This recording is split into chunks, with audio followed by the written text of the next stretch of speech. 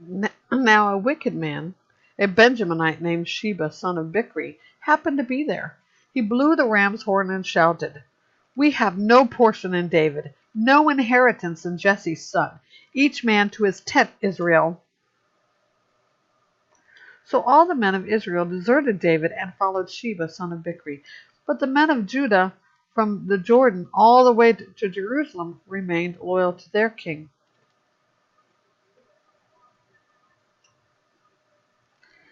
When David came to his palace in Jerusalem, he took the 10 concubines he had left to take care of the palace and placed them under guard. He provided for them, but he was not intimate with them. They were confined until the day of their death, living as widows. The king said to Amasa, "Summon the men of Judah to me within 3 days, and be here yourself."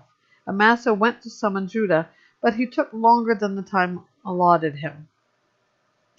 So David said to Abishai, "Sheba, son of Bichri, will do more harm to us than Absalom. Take your lord's soldiers and pursue him, or he will find fortified cities and elude us." So Joab's men, the Cherethites and the Pelethites, and all the warriors marched out under Abishai's command.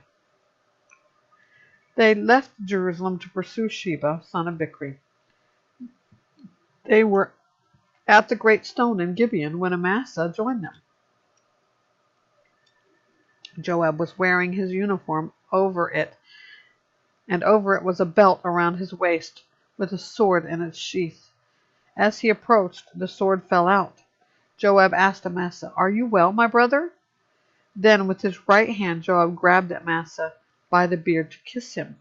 Amasa was not on guard against the sword in Joab's hand, and Joab stabbed him in the stomach with it and spilled his intestines on the ground.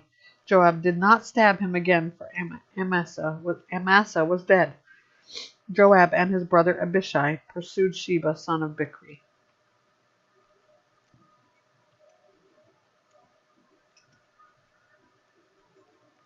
One of Joab's young men had stood over Amasa, saying, "Whoever favors Joab, and whoever is for David, follow Joab."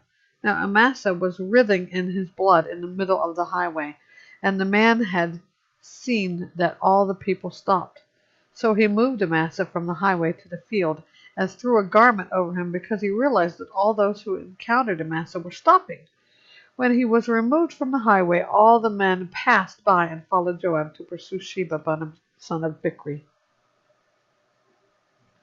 Sheba passed through all the tribes of Israel to Abel of Bath-maachah, and the Berites came together and followed him. Joab's troops came and besieged Sheba and Abel of Beth-maachah. They built an assault ramp against the outer wall of the city. While all the troops with Joab were battering the wall to make it collapse, a wise woman called out from the city, "Listen, listen, please tell Joab to come here and let me speak with him." When he had come near her, the woman asked, "Are you Joab?" "I am," he replied. "Listen to the words of your servant," she said to him. He answered, "I'm listening." She said, "In the past they used to say, 'Seek counsel in Abel,' and that's how they settled disputes.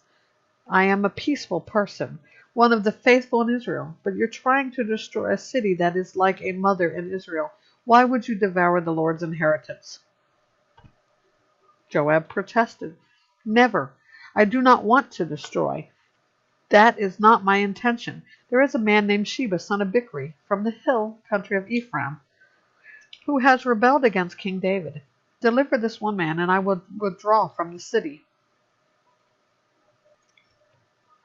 The woman replied to Joab, "All right, his head will be thrown over the wall to you." The woman went to all the people with her wise counsel, and they cut off the head of Sheba, son of Bichri, and threw it to Joab. So he blew the ram's horn, and they dispersed from the city, each to his own tent. Joab returned to the king in Jerusalem. Joab commanded the whole army of Israel. Benaiah, son of Jehoiada, was over the Cherethites and Pelethites. Adoram was in charge of the forced labor. Jehoshaphat, son of Ahilud, was court historian. Sheva was court secretary. Zadok and Abiathar were priests, and in addition, Ira the Jairite was David's priest.